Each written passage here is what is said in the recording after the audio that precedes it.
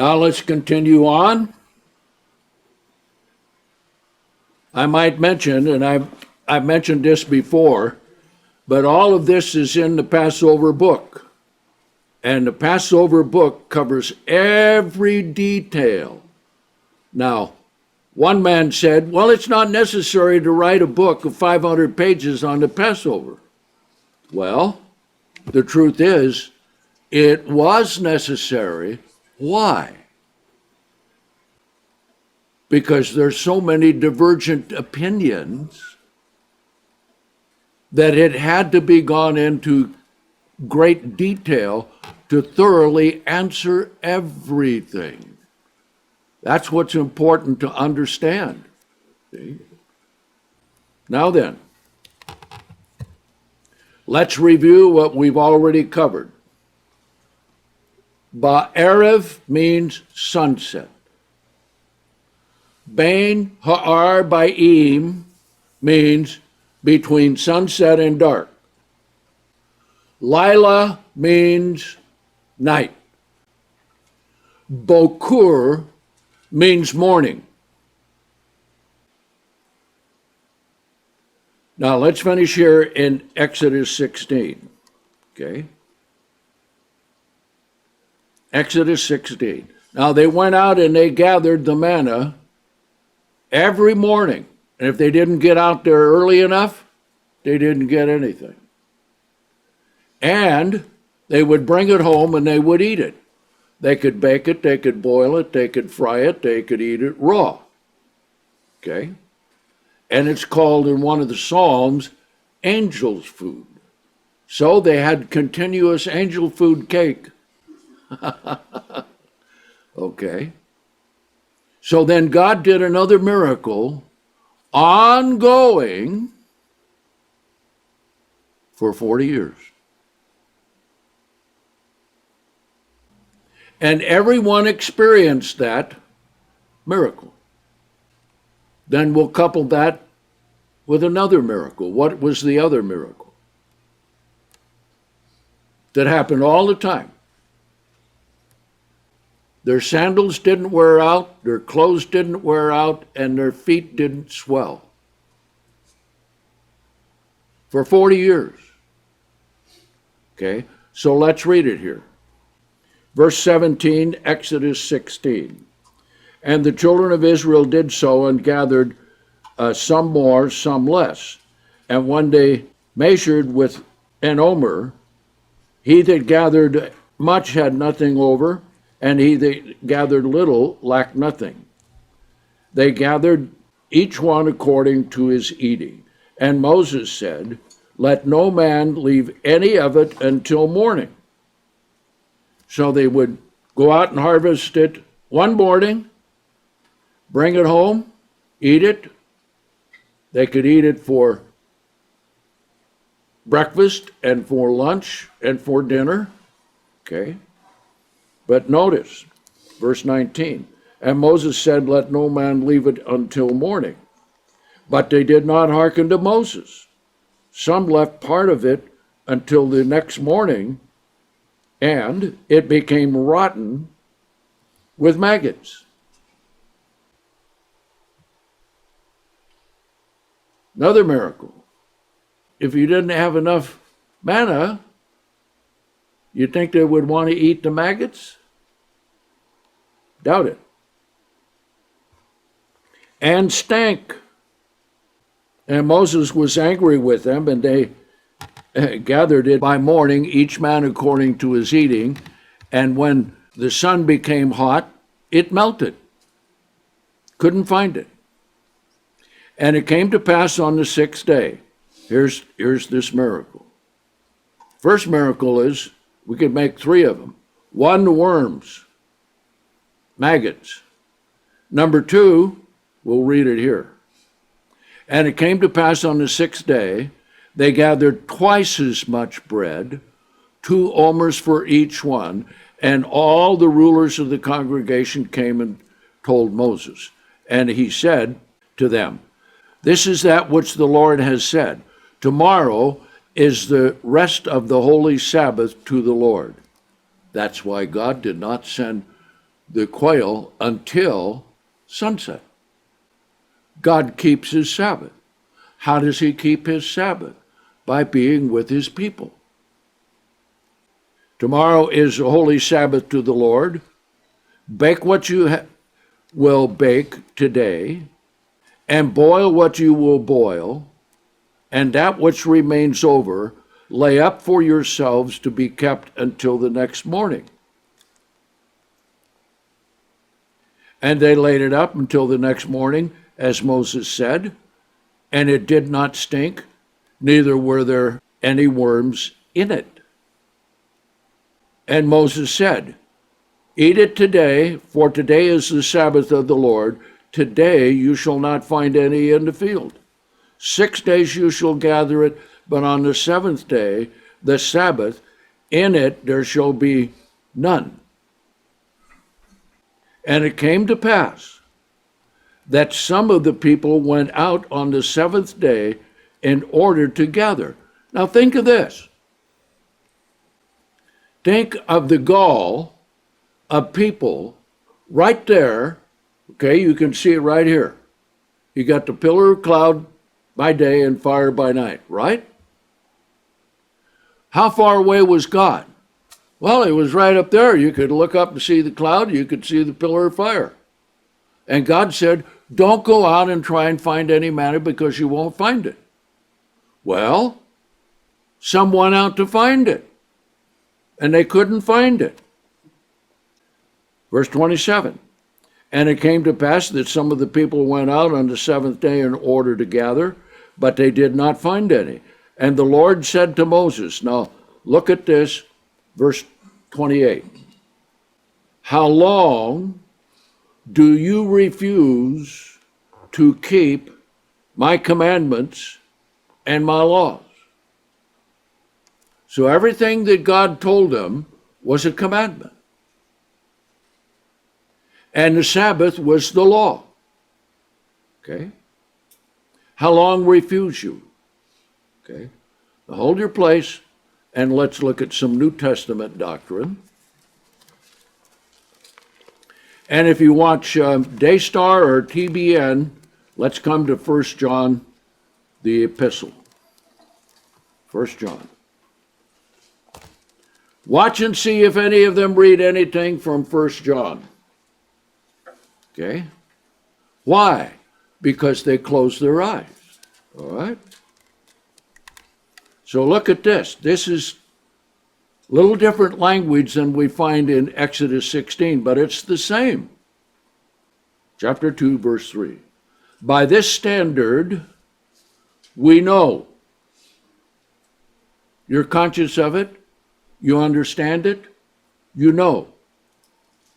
That we know him. That is, know that Christ is our Lord. And that you know the Father. Okay? If, there's that commandment again. If we keep his commandments. What did God tell children of Israel back there in the wilderness? How long do you not keep my commandment and my laws? Okay? Same thing. Now notice 1 John 2 and verse 4. The one who says, I know him, and does not keep his commandments is a liar, and the truth is not in him. See? So there it is right there. Always remember this. The Old Testament and New Testament agree. Now let's go back to Exodus 16 and we'll finish that. Then we'll go to Exodus 12 and solve another problem. Verse 29, Exodus 16. See, because the Lord has given you the Sabbath. Okay? The Sabbath is what? A gift. A gift. That we may know God. You would think that people, since they like to get stuff free, would be running to keep the Sabbath day because they could have contact with God on that day, but they're not. Okay? It's just like the children of Israel. Has given you the Sabbath, therefore, he gives you the bread of 2 days on the 6th day. Let each one stay in his place, and do not let anyone go out of his place on the 7th day. So the people rested on the 7th day. And they were right there with God. Amazing. And the house of Israel called the name of it manna, because it was like coriander seed white, and the taste of it was like wafers with honey. And Moses said, this is the thing which the Lord has commanded. Fill an omer of it to be kept over for your generations. Okay, here's a fourth miracle. Take an omer of it, okay? Keep it for your generations, so that you may see the bread with which I have fed you in the wilderness when I brought you out of the land of Egypt. And that was to be put into the Ark of the Covenant. There were 2 things in there: Aaron's rod that budded and the omer of manna, to be kept perpetually. Now think of that. If you didn't get out and get it early in the morning, it disappeared. If you kept it over on the weekday, it bred worms and stank. And on the Sabbath, there wasn't any. And then God told Moses, get a homer of it to keep it, so all the children of Israel would be able to see it. I guess the priest would lift it up so they could see it. Okay? See what they ate in the wilderness for 40 years. This was to be kept perpetually. An amazing thing right here. Okay? Verse 34. As the Lord commanded Moses, so Aaron laid it up before the testimony to be kept. Now notice this, last verse. And the children of Israel ate manna 40 years until they came to the habitable land. They ate manna until they came into the borders of the land of Canaan. Okay? And that's 40 years. You would think they would remember the Sabbath after 40 years, getting the manna. Okay? Now, let's come back to Exodus 12, because we need to solve another couple of problems here. Okay? They were to get the lamb. They were to kill it on the 14th day. Okay? Now, when does the 14th day begin? You got to apply Leviticus 23:32. When does the 14th day begin?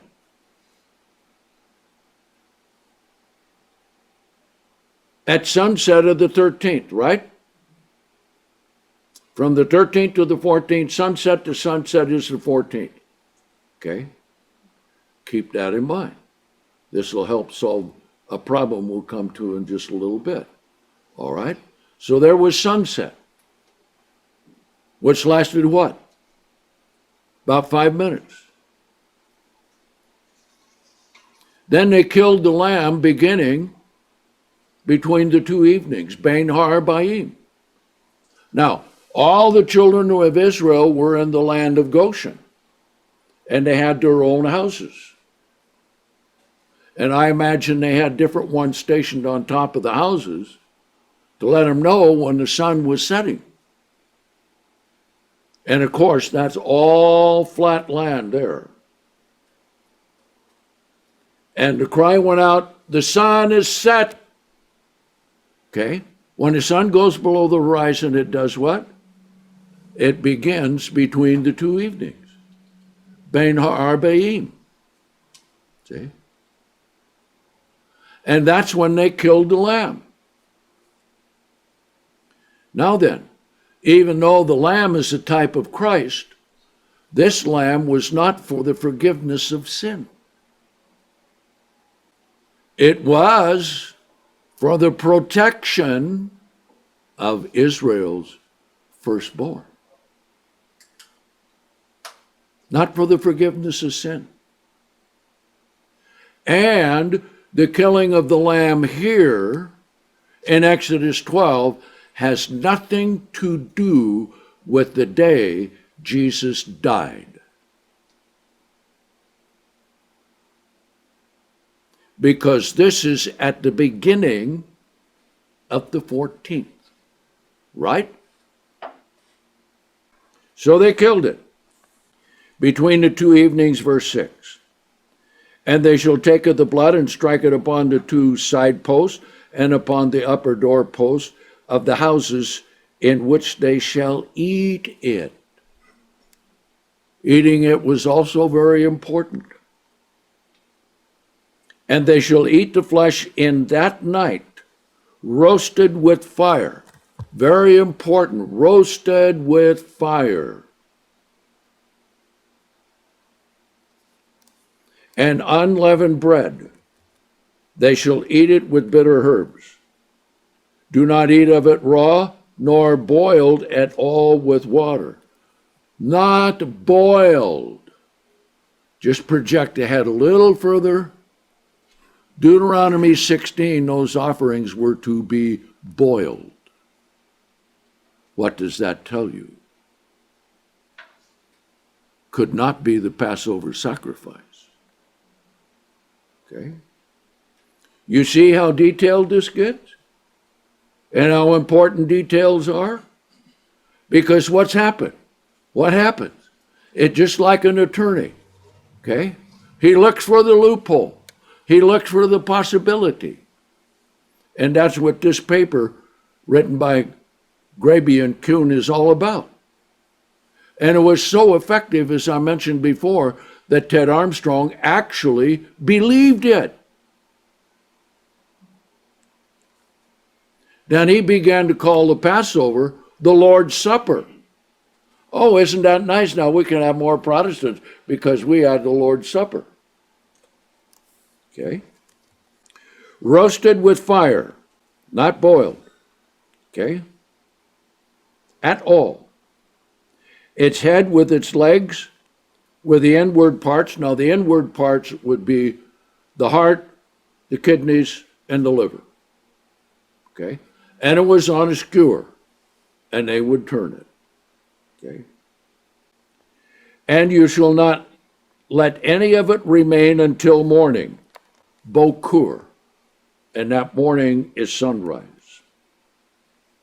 And that which remains of it until morning you shall burn with fire. Okay? So when writing the Passover book, we wanted to find out how long it would take to burn the bones of a lamb. Well, we had a couple of kid goats that we killed. It doesn't take long to do it. It was fine. So we took the biggest bone possible, took it home, put it in the fireplace, and burned it till it turned to ashes. Okay? And it took about 2 hours because a newborn lamb had very soft bones, not too thick and hard. So there's plenty of time to do it. Don't leave any to morning, and that which remains until the morning you shall burn with fire. Okay? Now then, let's come down here to verse 23. How did God get all of these instructions to the people? Well, he sent up a signal and everyone got out their smartphones. No. He had the elders come and he told the elders and they went out and told the people. Okay? That's exactly how it was done. So let's read it here. Verse 23. Then Moses called for all the elders of Israel and said to them, draw out and take a lamb for yourselves. The instructions given in the first part, we've already read that. And kill the Passover lamb. And you shall take a bunch of hyssop and dip it in the blood that is in the bowl, and strike the lintel and the two side posts with the blood in the bowl, and none of you shall go out of the door of his house until morning. Mark that. Sunrise. See? Not morning. Sunrise. That was the soonest they could go out of their houses. And keep that because that's important. Okay? And none of you shall go out of the house, out of his house until sunrise. Now, you can imagine what the children of Israel felt that night. We'll cover it in just a little bit. They would have been scared to death to walk out of the door of his house until sunrise. Now, one of the arguments that they have for a 15th Passover, well, they left right after the death of the firstborn of the Egyptians. It doesn't say that, does it? What does it say? And none of you shall go out of the door of his house until sunrise. Okay? Now, have you ever tried driving a flock of goats or sheep or some horses and donkeys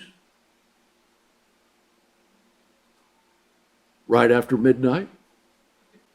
For those who are supposed to be doctors of the law, that is stupid. Can't be done. And if you have as many people and as many animals as the children of Israel had, up to a million plus,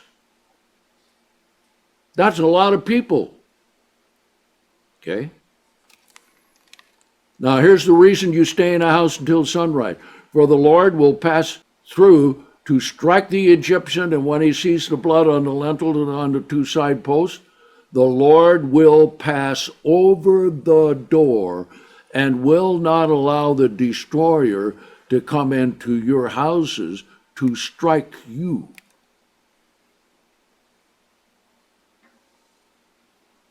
Now, let's read verse 25. Very important. And you shall observe this thing as a law to you and your children forever. Okay? Now, that has to do with the Passover Lamb. Okay? Just to review. When were they to select it? 10th day of the first month. They were to keep it until the 14th. The 14th cannot begin until there is sunset on the 13th. And then they were to kill it between the two evenings, between sunset and dark.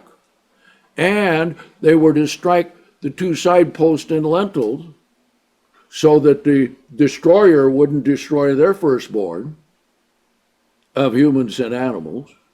And they were told, do not go out of the door of your house until sunrise. Now, is that clear?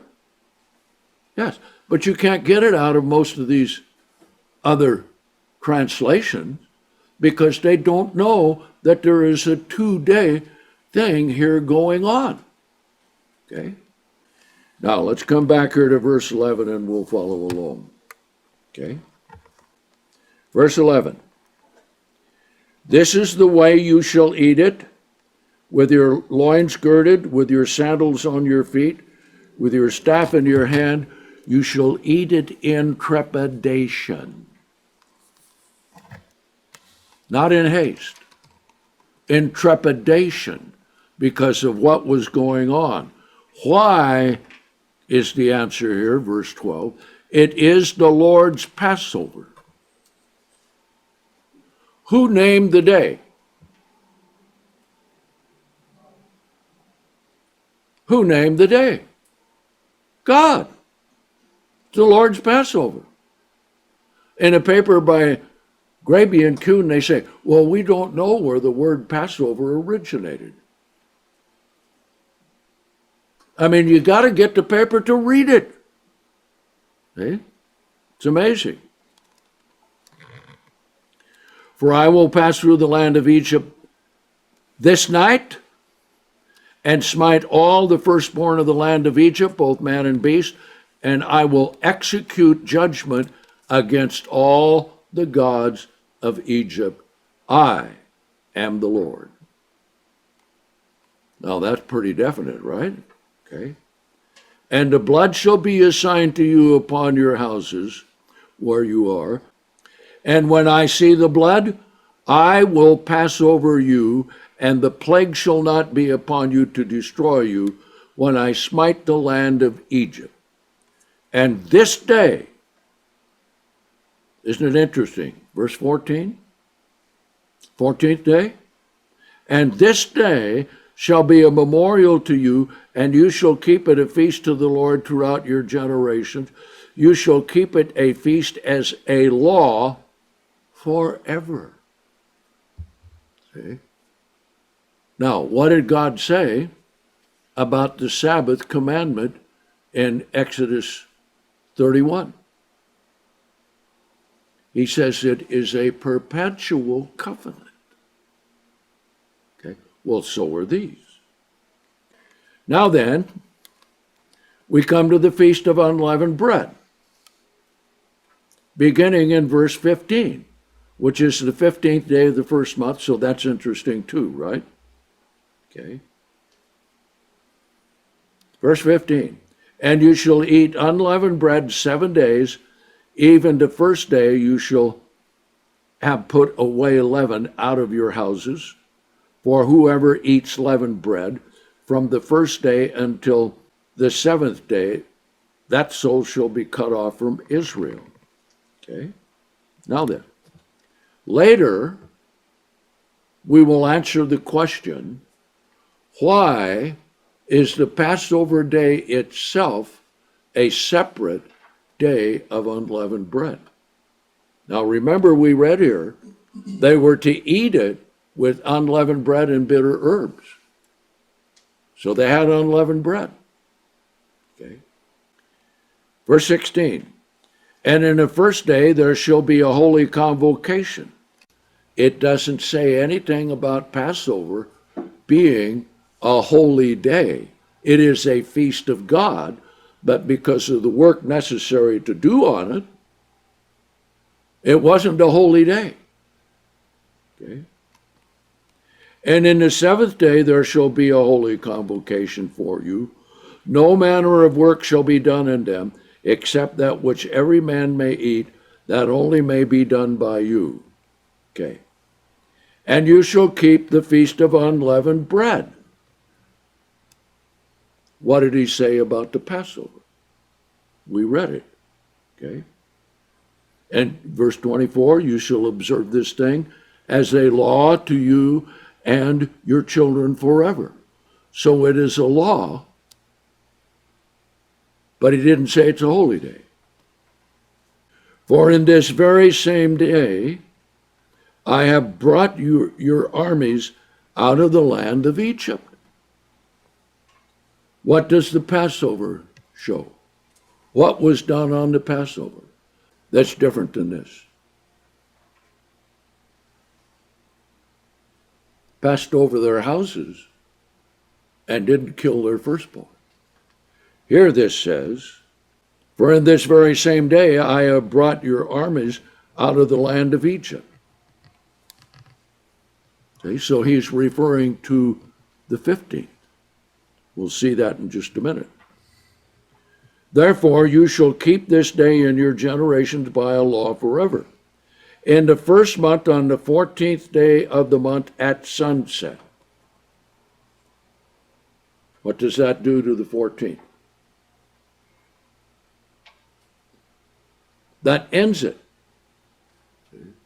The other one is you shall keep the lamb until up to the 14th, and between the two evenings, right after sunset, you kill the lamb. Now here, we find it different. This is erev. So the 14th day of the first month ends the 14th, correct? Just like the 9th day at sunset ends the 9th day and begins the 10th day. So the end of the 14th ends the 14th and begins the 15th. You shall eat unleavened bread until the 21st day of the month at sunset, ending the 21st. Okay? Now let's count. Let's count. We'll go to kindergarten here. Let's count. Okay? 15, 16, 17, 18, 19, 20, 21. 7 days. That's how you do it. When you understand that erev of the numbered day ends that day. Okay? Then you're fine. All right, verse 19. 7 days there shall no leaven be found in your houses, for whoever eats that which is leavened, even that soul shall be cut off from the congregation of Israel, whether he be a stranger or born in the land. Okay? You shall eat nothing leavened at all in your dwelling places. You shall eat unleavened bread. Now, what does you shall eat unleavened bread mean? It means you eat it. I've had people ask me, well, do I have to eat unleavened bread during the Feast of Unleavened Bread? But of course. Okay. Now then, well, we're getting close to being done, so this looks like a good place to end. But I hope you've got the clear picture. And I hope that you get the Passover book. If you don't have it, if you have it, read it. Because it breaks it down step by step by step by step by step by step by step, all the way through. Okay, so we'll call it quits for now. We'll cover some of these things again next Sabbath.